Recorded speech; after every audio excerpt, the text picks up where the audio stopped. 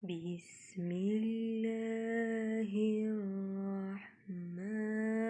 الرحیم. اعوذ بالله من الشیطان الرجیم. بسم الله الرحمن الرحیم. نو مون خبره کول والجاری ذی القربا والجاری الجنوبی گاونډي خپل او گاونډي پردی. نو د خپل گاونډي حق زیات دی بنسبت د پردي گاونډي. او د گاونډیانو په باره کې رسول الله صلی الله علیه وسلم فرمایي چې کوم بنده د الله او د آخرت په ورځ یقین ساتي نو هغه له پکار ده چې خپل گاونډي ته تکلیف ورونه رسوي. نبی صلی الله علیه وسلم یو ځل 3 ځله وفرمایل وای په خدای مې دې قسم چې هغه مؤمن نه دی، هغه مؤمن نه دی، هغه مؤمن نه دی. صحابه ته پوښتنه کو د الله رسول څوک صلی الله علیه وسلم نو وی فرمایل چې د چا د تکلیف نه هغه گاونډي په امن کې نه نو د گاونډي ډیر زیات حق دی. ځینې خلک د سیکای چې گاونډیانو ته تکلیف رسوي ډو خیال نه ساتي کنه. نو د چا د تکلیف نه چې گاونډي په امن کې نه نو هغه بنده به جنت ته نه داخليږي. نو نبی صلی الله علیه وسلم فرمایل چې څوک د الله په ورځ د آخرت باندې ایمان ساتي نو په کار د چې د گاونډي د عزت خیال وساتي. نبی صلی الله علیه وسلم فرمایلی یو ځل ماته جبرائیل علیه السلام د گاونډیانو په باره کې دون وصیت وکړو چې ما وی کوس په راته د جبرائیل علیه السلام وای چې د گاونډي په میراث کې شریک شو لکه. او نبی صلی الله علیه وسلم فرمایل وای چې کله تاسو ابو ذر د تان فرمایي وای ابو ذر کله چې تو د سالن پخې نو د هغې شوروا زیاته کوي ځکه چې د ګاونډیانو هم پکې خیال ساتي. او هغه مؤمن نه دی چې د هغه ګاونډي چې دی نو هغه دغه شي د وږي او دی په مړه خېټه وده شي او دی د ګاونډي نه ځان خبر نه کي. نو نبی صلی الله علیه وسلم نه حضرت عایشه رضی الله عنها تپوس کوي وای د الله رسوله زموږ د دوه ګاونډیان دي نو چې زه سلیږم نو کم یو لولیږم اول کم یو للیږم کنه مطلب کم یو سیز دی نو کم یو لکه ولیږم. نو وی فرمایل چې د چا د دروازه زیاته نږدې ده مطلب دا چې ته پوهېږې چې ستا سره څه شیز په لاس کې د ګاونډي بچوړی ییني یا دا چې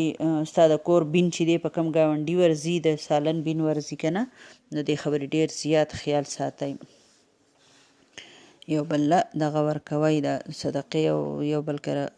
څیزونه لیږل او د دې سره د ګاونډیانو مینه محبت سیوا کېږي. او نبي صلی الله علیه وسلم وفرمایل چې یو ګاونډي له پکار ده چې د بل ګاونډي په دیوال باندې که لرګي ږدي نو چې دا منع نه کړي غوړګي به پخوا یو بل ته ایښودی کېده که نه پکار ده چې د دې خبرې خیال وساتلی شي.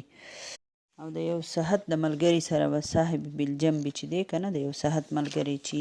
نو که هغه او بیا مسافر هم الله پاک یادوي نو که مسافرۍ کې د سره څوک یو صحت ناسي اکثر په ګاډي کې خلک ځي که نه نو په ګاډي کې هم لکه دا د نیته پورې خبره ده. یو بنده ځان دي زه ډېر والي چې زه ډېر زه والم دا ګورې انسانیت مسلمانی دا نه ده. ځان تنګ که ځان راټول که چې دا بل بنده په راحته شي مؤمن دی ته وایي. سوچ وکړئ که نه اسلام څونه ښایسته بنده زما او ستا نه جوړی که نه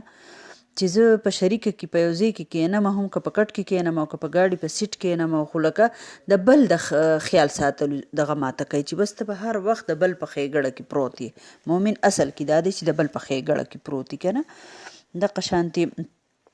مسافرانو سره د بهتره سلوک کنه. وای یو ځل رسول الله صلی الله علیه وسلم صحابه فرمایي وای مونږ ته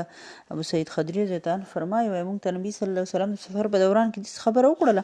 چې که د چا سره زیاتې ګړي سورلی او د چا سره نه نو هغلی ورکوي که د چا سره زیاتې ګړي خوراک نو چې د چا سره نشته هغلی ورکړه. وای داسې راته بیل بیل څیز ته جوړ کړو لکه وی فرمایل راته چې مونږ وی چې زمونږ په زیاتې ګړي مال خو زمونږ اړو څه حق نشته دی. وای نبی صلی الله علیه وسلم فرمایل چې د الله پاک په د قیامت په ورځ نه داسې بنده ته وګوري او نه به یې پاک کړي نه به ورسره خبرې وکړي او دلو به دردناک عذاب ورکړي کم بنده چې په لاره ورسره اوبه او د بل مسافر سره اوبه نه او دی ځان له دوی ایښي او داسې نه کوي چې هغه مسافر له یې ورکړي چې د هغه ورته حاجت دی. سوچ وکړئ دې خبرې ته که نه مونږ خو وایو دا ما ځان له راغستې ځان له به یې راغستی که نه دا خبره غلطه ده. ښه دې خبرې لکوټې بنده سوچ وکړي نو مونږ څومره ډېر زیات لکه خودغرضي اسلام نه مني خودغرضي د بل مینه محبت مني ښایسته معاشره جوړېږي په اسلام سره. بل دا چې کمزورې وما ملکت ایمانکم نو اوس خو غلامان نشته خو نوکران خو شته مونږ خادمان نوکران خلک ساتي په کورونو کې که نه ډرایورانې خادمانې کمزوري نو یو ځلې حضرت عبدالله بن عمر رضی الله عنه فرمایي وایي سړی رسول الله صلی الله علیه وسلم له راغی وایي د الله رسوله زه خپل غلام څو ځله معاف کومه د ورځې نو نبي صلی الله علیه وسلم خاموش شو نو هغه بیا تپوس وکړو نو الله رسول خاموش شو صلی الله علیه وسلم نو چې په درېیم ځلې بیا تپوس وکړو نو وایي رسول الله صلی الله علیه وسلم ته وفرمیل چې خادم به هره ورځ 80 ځله معاف کوئ معافي کوئ خپل دغه ته علت لوښی مات شي یا چېرته وران کار ته وشي یا هم چېرته لیږلی لکوټي ناوخته کې څونه ورته قارېږئ څه صورت حال ستاسو ځان ته وګورئ تاسو د رسول الله صلی الله علیه وسلم په شان طریقه کوئ خادم خلاصه کې بچي مو خواړه د خلکو د بچو عاجزانانو ته ډو سمه خبره نشته دی دا خو ګلونه دي د جنت بینوي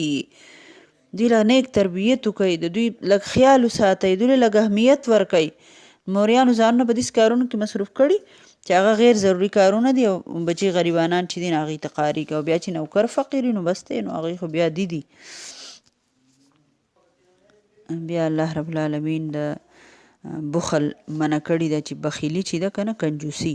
دا د مؤمن صفت نه دی مؤمن چې دی هغه بخیل نه هغه مال هو د الله په لار کې ورکوي او ځان هم د الله په لار کې ستړی کوي که نه رسول الله صلی الله علیه وسلم فرمایي وایي الله چې یو بنده له نعمت ورکړي نو هغه الله دا خبره خوښوي چې د نعمت اثر دی د دې بنده په دې وجود باندې ظاهري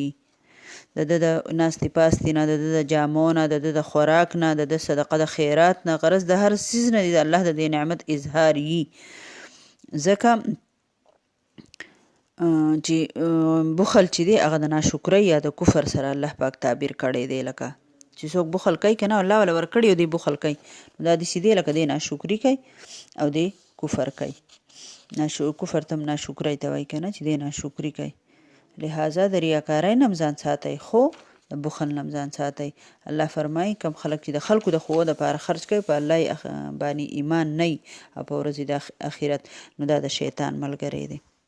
د ریاکارۍ دپاره خرچې کوي د کم کار کې د شاباسي میلاویږي هغه کار کوي او د الله نه امید نه ساتي چې زه پټه ورکمه په دې طریقه به خیر و خیرات ورکم زکات به ورکم صدقه به ورکم ښېګړه به وکم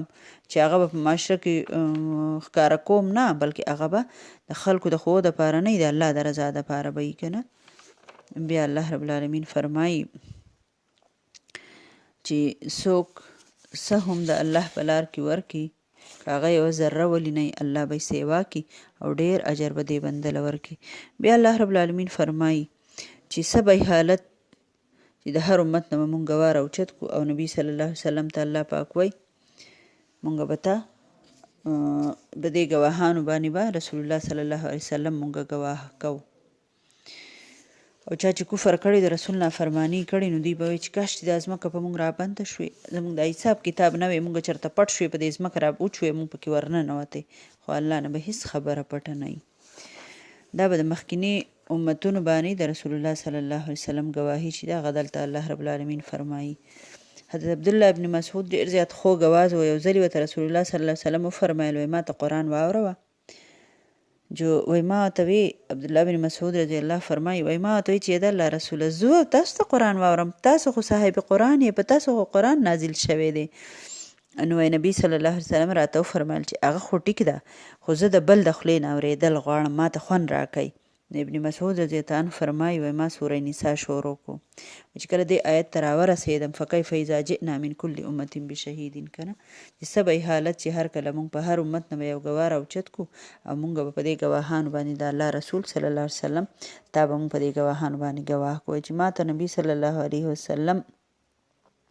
وفرمیل چې بس که چې ما وکتل د نبي صلی الله علیه وسلم د سترګو نه د اوښکو باران روانو لکه دومره هغه د دې خبرې نه یېرېدو چې زه به ګواهي ورکوم د قیامت په ورځ باندې که نه نو وایي چې د حشر په میدان کې به د هر امت نه یو ګواه راوړلی شي او دا ګواه به څوک دا به د دغې امت نبي پیغمبر به وي هغه به دا ګواهي ورکړي چې یا الله ما ستا پیغام ستا احکام امت ته رسولي وو او څه خلکو ومنل او څه خلکو نافرماني وکړله کفر یې وکړلو نو د دې امت دا نافرمانه خلک به ایسته کې منکر شي وایي به چې نه موږ ته هېڅ څوک هم نه دی راغلی موږ ته چا نه دی رارسولی په هغه وخت کې به هم دا نافرمان او کافر خلک چې دی نو د الله په مخ کې به هم دوی خپل نافرمانۍ دروغ به ووایي رالګیا به شي نو دوی به د نبي ګواهي چې دا هغه دروغجنه کړي په دغه وخت کې به رسول الله صلی الله علیه وسلم راوستلی شي او پاک نبی صلی الله علیه وسلم به په دې انبیاو باندې شهادت د دوی د خبرې به تصدیق وکړي ګواهي به پې ورکړي رښتیا به ووایي نو په دغه وخت کې به رسول الله صلی الله علیه وسلم د الله د طرف نه په ټولو پیغمبرانو باندې ګواهي ورکوي نو د هغې ګواهۍ ذکر دلته په دې آیت کې شوی دی موږ آخري امت یو موږ به هم په نورو امتونو باندې ګواهي ورکوو چې او دوی ته پیغام رسېدلی دی خو هله به دا ګواهي ورکولی شو چې ما ته نن د دې ګواهۍ حق ادا کوونکي شو موږ په قرآن عمل وکړو موږ په حدیثو عمل وکړو الله دې زما او ستا زندگی د قرآن حدیث مطابق کې الله دې زموږ نه رضا شي صدق الله العظیم